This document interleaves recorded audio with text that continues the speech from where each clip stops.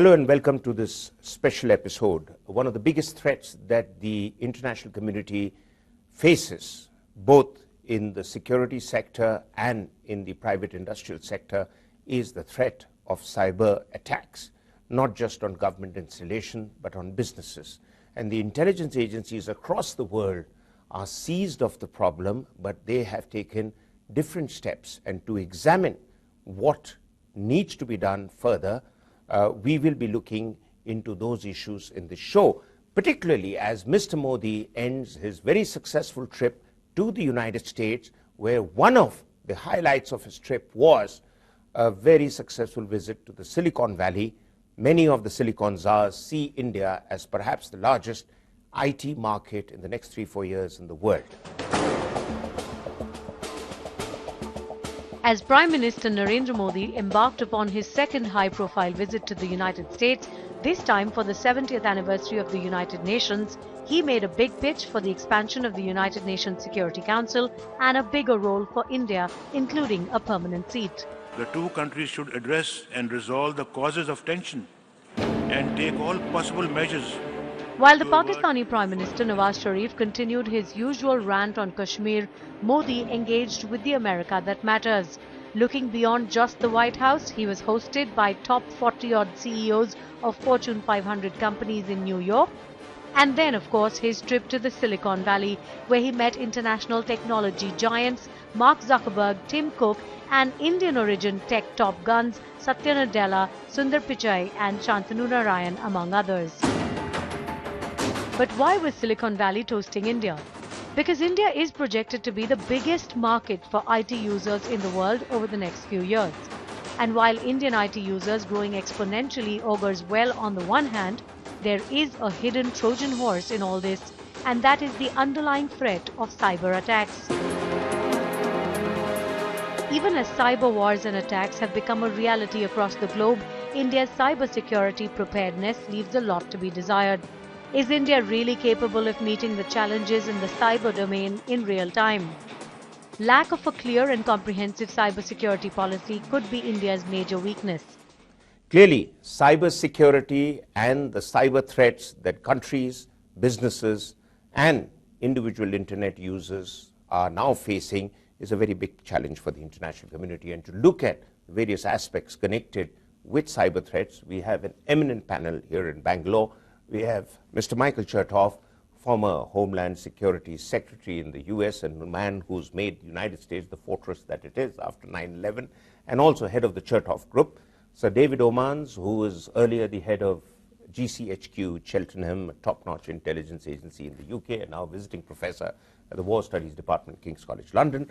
And we have Mr. Vikram Sood on my right, formerly the head of India's external intelligence agency, RAW, and now with the ORF Foundation in Delhi, and an eminent columnist. And above all else, we have Toby Simons, who's put the whole team together for his Cyber 360 initiative under the Synergia Foundation. The first question to you, Mr. Chertoff. Mr. Chertoff, sir, the first point I wish to raise is the directive of President Obama, which basically calls for offensive action and not just defensive action, as was the case in the past against cyber attacks. And it has been argued that this heightens the fear of an increasing militarization of the internet. Is that true? Well, actually, I think what the administration has done is looked at a whole spectrum of responses to various kinds of cyber attacks. Some of them are defensive, raising the standards that the private sector applies in protecting itself against cyber attacks. We face the possibility, obviously, of theft of intellectual property or theft of national security secrets. And there the president has talked about the possibility of economic sanctions or the possibility of indicting people who commit crimes. And we actually had some indictments a few months ago. Now, actually taking direct offensive action, I think, is a last resort. But we do have a cyber command, and I think there's a general recognition that if the United States were attacked as an act of war, if someone, for example, carried out a destructive attack, that the United States would reserve the right to use all of its tools in order to defend itself. Mr. Sood, sir, What has been your experience in terms of the level of concern in the government of external threats, particularly in terms of cyber security threats? I remember a couple of years ago, the Home Secretary was on record to say that most of India's official websites had been hacked, and the finger was pointing at China. It's true that there is a growing awareness in New Delhi about the possibility of more and more such attacks taking place. In fact, this morning I read that there was an attack on two Indian websites from Pakistan, they say, and in retaliation, the Indians wiped out 8 of theirs. I don't know whether that's true or not, but that's how the game is being played now. And our concern about the webs or the internet being used for cyber warfare is twofold. One is from within. We have elements like this Mujahideen group. You had that Shami Witness, that Twitter account, who was linked with the ISIS, and coming from abroad. The Lashkar-e-Taiba, for instance, has a number of websites that they use. They have their own portals. So do the Taliban. The ISIS has very sleek programs, very well organized, very topical, should I say. So and now we're facing the threat that you don't have to go to any conclave to be indoctrinated. You can sit in front of your TV and get indoctrinated. And how do you catch that man? And what is the level of surveillance that you want to carry out? The Islamic State particularly has been rather active in using social media. So David, did you pick up enough chatter to warn you that there was a kind of a cyber or an intelligence problem that was going to crop up? Do you have the capacity to handle the increasing number of intelligence and problems that will come up because of the large number of internet users? And how do you see the intelligence agencies being one step ahead of those who take this route of cyber crimes? Our nations are becoming increasingly dependent on the internet. Our businesses are dependent on the internet. Our society is becoming dependent on the internet. The criminals were the first to spot the advantages. Cybercrime is rising. Then certain nation states saw this as a way of gathering information and stealing intellectual property. Now terrorist groups and other non-state groups see the possibility of sabotage. So defending ourselves in cyberspace has become a big priority. GCHQ, the agency which I used to head, is the British government's centre for cyber security. And the reason that's put together with the intelligence mission is because you have to be able to enter cyberspace and to study the people who mean us harm.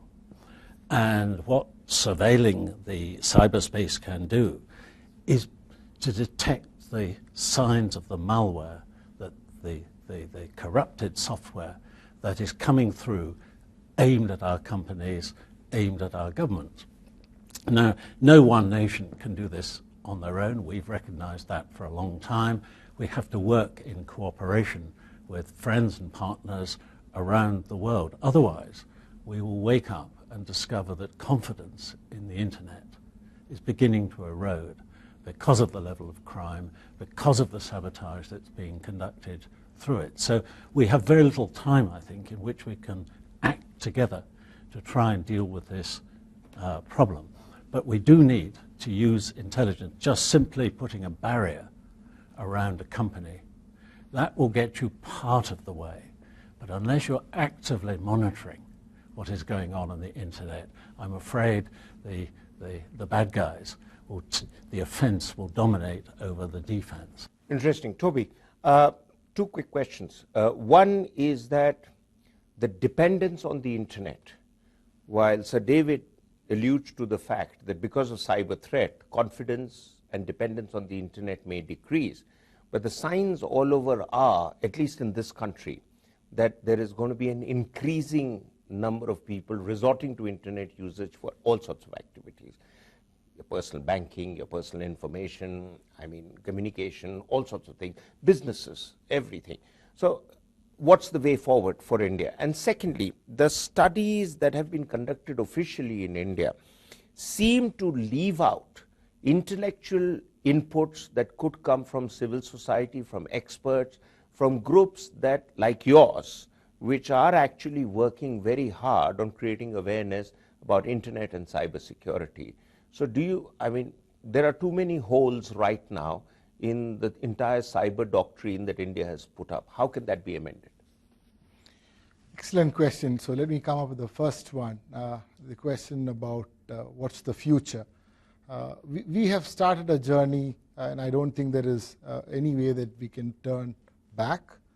The big example would be the mobile phones, and that is the biggest vulnerability that we have. So once you are on the mobile, if you're connected, whatever you do, people know.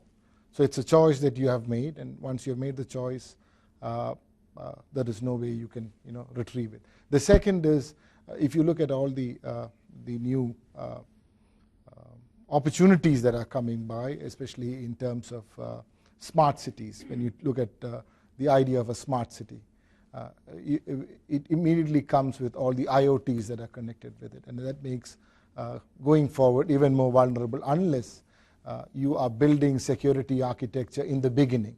And today what happens is you have products that come out without much checks, and they go into the system, and you have plenty of cases. You have the incidence of Target, and you don't really have to hack a system. You just go through one of the components or parts which are vulnerable, and there is today no methodology by which you can check that. Lots of interesting points have been brought up. And welcome back. We are looking at the challenges that countries face and how to counter the threat of cyber attacks, both on governmental and industrial and private business organizations, as well as what individuals could be up against. Mr. Chertoff, sir, it is said that the US's policies on cyber security and a more aggressive doctrine that is being adopted could eventually lead to cyber operations, which could eventually lead to a full-scale military conflict. Is that overstating the case? I think it does somewhat overstate it.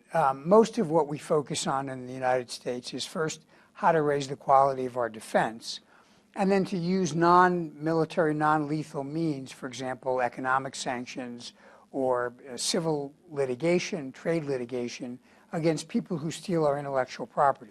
But it is part of the doctrine of the U.S. that's been publicly articulated that if another country were to actually attack our infrastructure and kill people or seriously damage property, we would treat that as an act of war, just as we would an act that was based on a bomber dropping a bomb. But hopefully it's not going to come to that, because that would lead to a situation in which there would really be no winner, because the surface area against which an attack can be mounted in the modern internet-based society is so vast that you could have very, very significant consequences. Mr. Sood, sir, it is said that a kind of broad policy doctrine that was put together by the IDSA, NASSCOM, and DSCI, one of the strong recommendations of that for India was that India needs to have a cyber command for the armed forces. Since you headed an intelligence agency which looked at external intelligence, which clearly would be the one alarm post for the armed forces, do you feel that that is an urgent need, or we need to address other issues? I think as far as you're looking for external threats,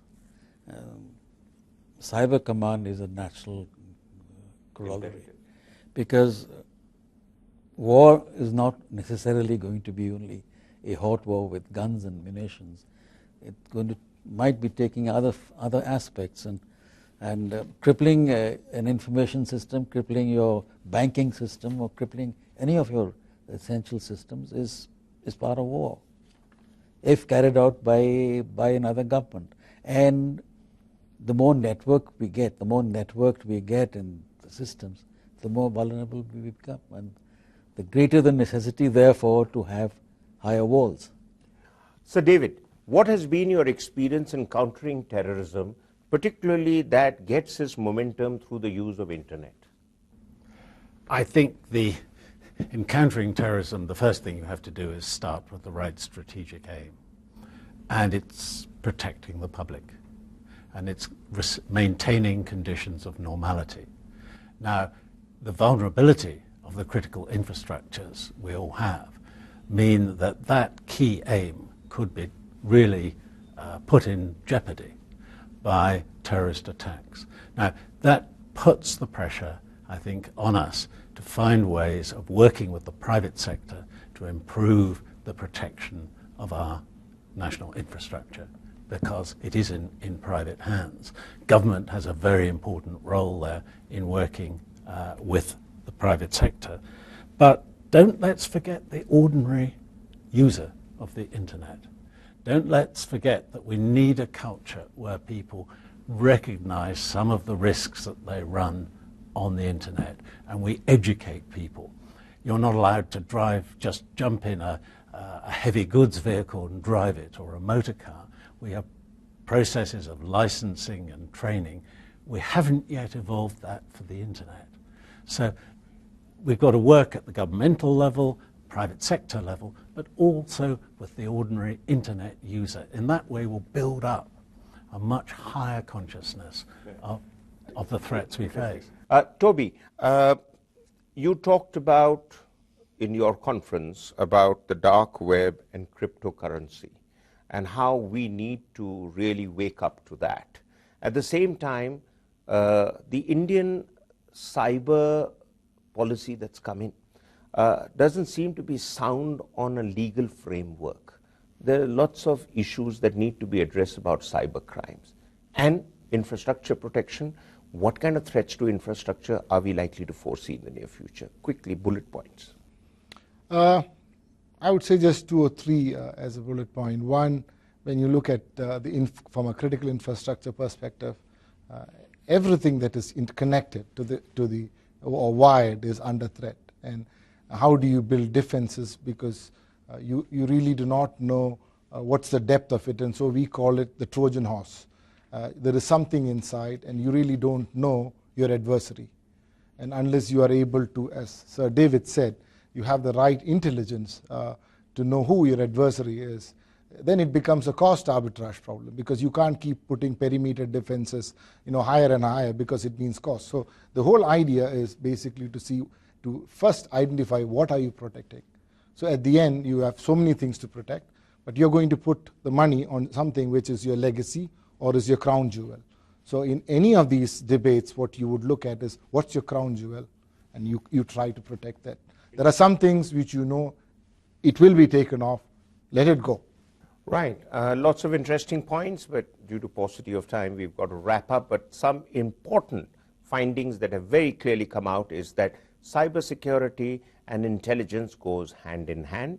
Cybersecurity is a very major threat that businesses other than governments could face, and you've got to wake up to it, whether you set up a cyber command or you have a 360 approach to the various threats that come to you from web intelligence, human intelligence, signal intelligence, and a whole lot of activity. But quite clearly, those living in a delusionary state that nothing's going to go wrong because your internet's working are probably the first who are going to be hit. Most importantly, threats will continue to come up, and the cyber criminals will do what they can to get past the firewalls that we create. Thank you very much for being with us on the show. I'm personally honored to have so many eminences with me on the panel, and we'll be back next week with another episode. Until then, goodbye.